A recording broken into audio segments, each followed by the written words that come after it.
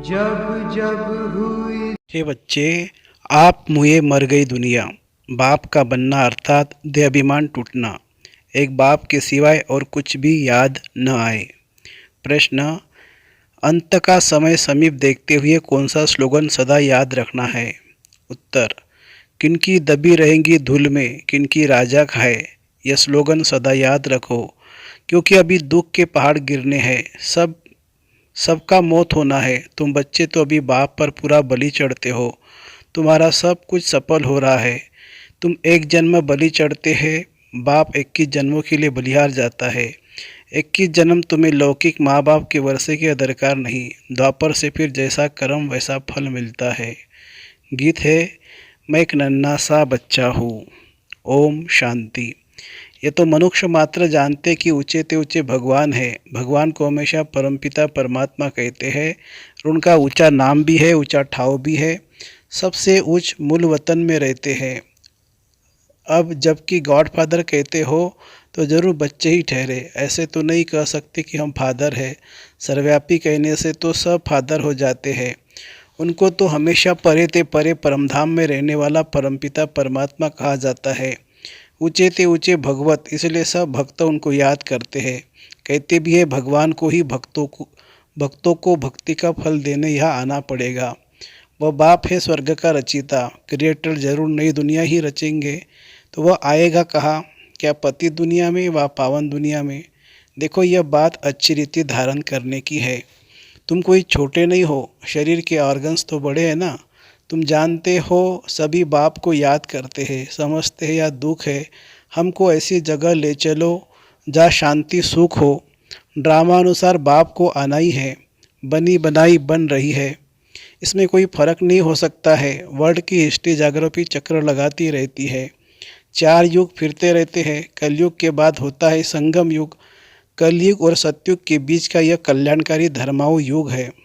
यह पुरुषोत्तम युग अर्थात उत्तम से उत्तम मर्यादा पुरुषोत्तम बनने का युग है।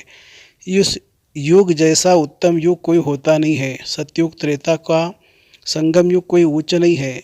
इसमें तो दो कला सुख की कम होती है। इस संगम युग की ही महिमा है। तुम जानते हो बाप तो है ऊंचे ते ऊंच। ऐसे नहीं कि सर्वव्यापी है। बच्चे कितने भूले करते हैं, परंतु भूल भी ड्रामा अनुसार होनी ही है। मैं फिर आकर अभूल बनाता हूँ। बाप कहते हैं मुझे तुम ऊंचे ते ऊंचे भगवत कहते हो। मैं फिर तुम बच्चों को अपने से भी ऊंच बनाता हूँ।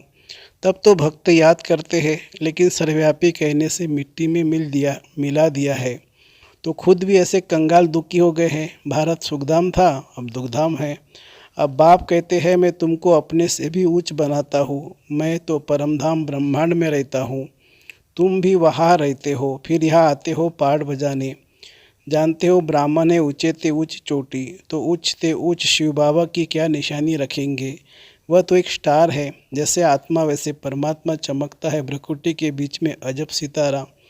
आत्मा का रूप है ही स्टार। यह बना बनाया ड्रामा है। इसमें सभी आत्माएं ब्रह्मांड निराकारी झाड़ में रहती है, जिसको निर्वाण धाम कहा जाता है। आत्माएं निराकारी दुनिया स्वीट होम से आती है। अभी तो दुखधाम है। कितने पार्टीशन है। सतयुग में कोई पार्टीशन नहीं था। भारत ही उच्च खंड था। बाबा को सत्य तुत कहा जाता है। बाबा कहते हैं मैं सचखंड स्थापन करने आता हूँ, तो ज़रूर नई दुनिया स्थापन कर पुरानी दुनिया को मिटाना पड़े ना। अभी दुख के तो पहाड़ गिरने वाले हैं। किनकी दबी रहेंगी धूल में। वह समझते हैं कि हम जो बॉम्ब्स बनाए आपस में आँख दिखाते हैं, तो आखिर खात्मा तो ज़रूर होना है। परंतु पता नहीं कौन प्रेरक है जो ऐसी चीज़ बनवा रहे हैं। गीता में भी है कि पेट से मुसल निकले। यह है सारी बुद्धि की बातें। बॉम्ब्स निकालते हैं अपने नेशन का विनाश करने। यादव कौरव पांडव 3 सेनाएं है ना। यादव कौरव लड़कर ख़त्म हुए। बाकी कौरव पांडवों की कोई लड़ाई नहीं होती है। तुम्हारी कोई से युद्ध नहीं है। तुम हो योग बल वाले राज ऋषि। सन्यासी है हठ योग ऋषि। वह शंकराचार्य या शिवाचार्य श्री कृष्ण आचार्य नहीं कहेंगे। वह अब नॉलेज ले रहा है। फिर श्री कृष्ण बनने के लिए यह राजधानी स्थापन हो रही है। तुम पतित कांटों से दैवी फूल बन रहे हो। गीत में भी सुना, आओ अजामिल जैसे पापियों का उद्धार करो। गाया भी जाता है पतित पावन। वही सद्गुरु है जो तुमको नर से नारायण राजाओं का राजा बनाते हैं। यह है एम ऑब्जेक्ट। यह पाठशाला है ना, इसमें हम नर से नारायण, नारी से लक्ष्मी बनते हैं। इसमें अंधश्रद्धा की बात नहीं है। स्कूलों में एम ऑब्जेक्ट होती है। तुम बाप के पास आए हो बेहद का वर्षा लेने, वहाँ का वर्षा यहाँ लेना होता है। वह है ही सुखधाम, यह है दुखधाम। गीत में सुना, मैं छोटा सा बच्चा हूँ। तुम बच्चे हो ना, कोई 25 वर्ष का, कोई 20 वर्ष का। बाबा कहते हैं एक दिन का बच्चा भी वर्षा ले सकता है। बेहद का बाप फिर भारत को हीरे जैसा बनाने आया है। सतयुग में कितने हीरे जवाहरों के महल थे, बात मत पूछो। फिर जब भक्ति मार्ग शुरू होता है तो पतित राजाएं बैठ सोमनाथ जैसा मंदिर बनाते हैं। राजाओं के पास मंदिर होते हैं। आजकल तो बहुत ही मंदिर बनाते रहते हैं। सबसे मुख्य मंदिर किसने बनाया होगा? जो पूज्य से पुजारी बनते हैं, जरूर उन्होंने ही बनाया होगा। आप ही पूज्य, आप ही पुजारी। यह महिमा परमपिता परमात्मा की नहीं है, उनकी महिमा तो सबसे न्यारी है। हर एक मनुष्य की महिमा अलग अलग होती है। ऊँचे ते उच्च महिमा है बाप की, जिससे तुम 21 जन्मों का वर्षा पाते हो। फिर द्वापर से लेकर तुम लौकिक बाप का बच्चा बन जैसे जैसे कर्म करते हो, ऐसा जन्म लेते हो। धन दान करने से एक जन्म अल्पकाल का सुख का वर्षा मिल जाता है। राजा भी तो रोगी बनते हैं ना। स्वर्ग में तुम रोगी नहीं बनते हो। तुम्हारा एवरेज 150 वर्ष आयु रहती है। कितने हेल्दी रहते हो। बीमारी दुख आदि का नाम नहीं। शिव बाबा बच्चों के लिए सौगात ले आते हैं।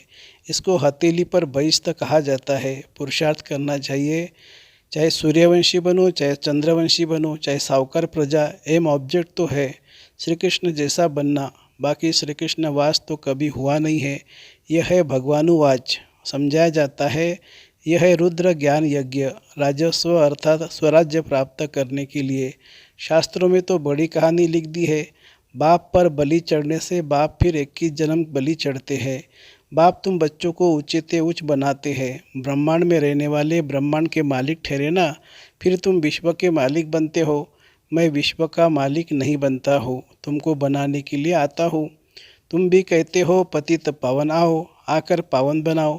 फिर सर्वव्यापी कैसे ठहरा? सद्गति दाता पतित पावन तो एक ही बाप है। इस समय सभी तमोप्रधान बन गए हैं। सतो रजो तमो से सबको पास करना ही है।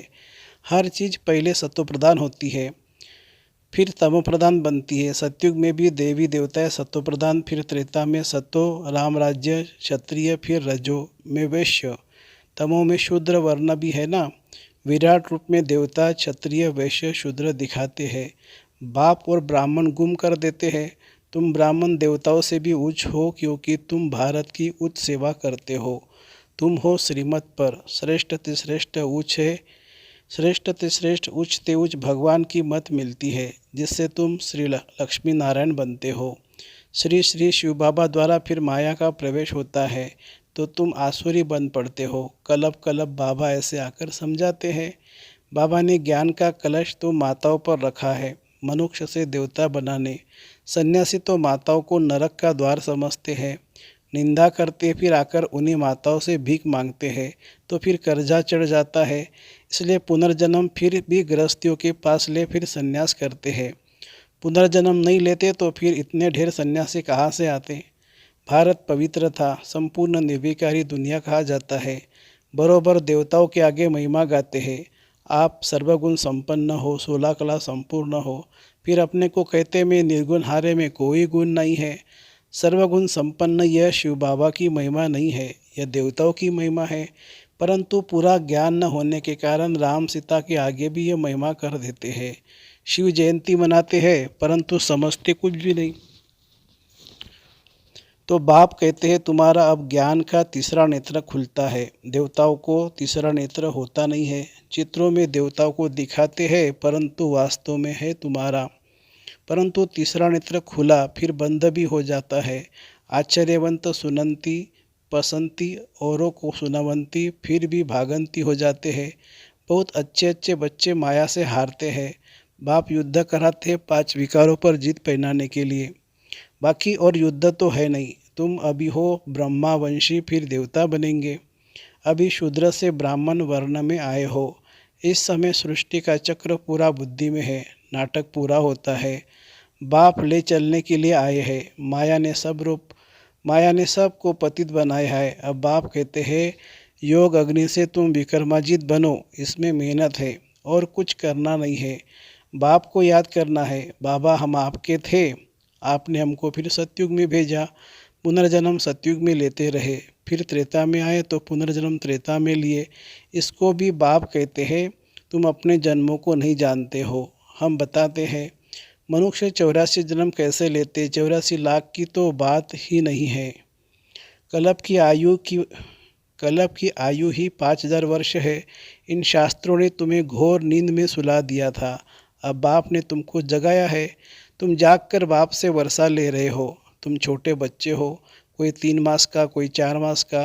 तुम ईश्वर के बनते हो, फिर आप मुझे मर गई दुनिया।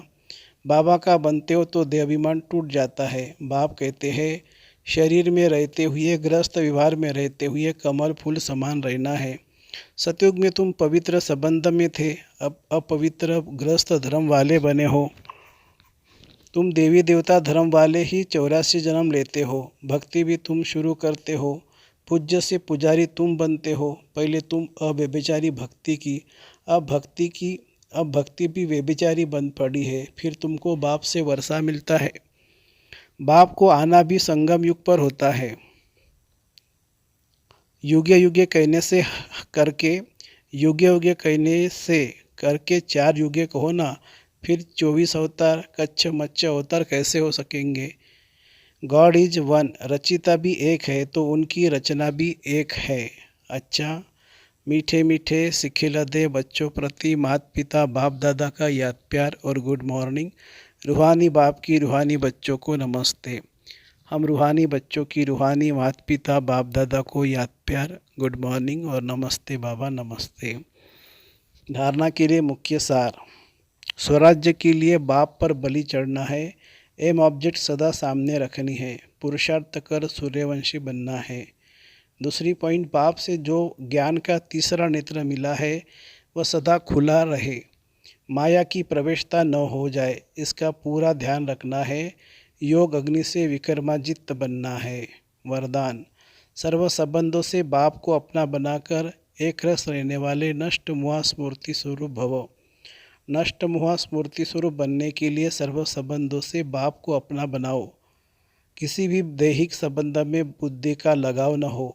अगर कहीं भी लगा होगा तो बुद्धि भटकेगी। बैठेंगे बाप को याद करने और याद वही आएगा जिसमें मोह होगा। किसका मोह पैसे में होता है, किसका जेवर में, किसका किसी संबंध में। जहाँ भी होगा वहाँ बुद्धि जाएगी। अगर बार बार बुद्धि जाती है तो एक रस नहीं रह सकते। स्लोगन है, प्रकृति को दासी बना दो तो उदासी दूर भाग जाएगी। प्रकृति को दासी बना दो तो उदासी दूर भाग जाएगी। अच्छा, ओम शांति।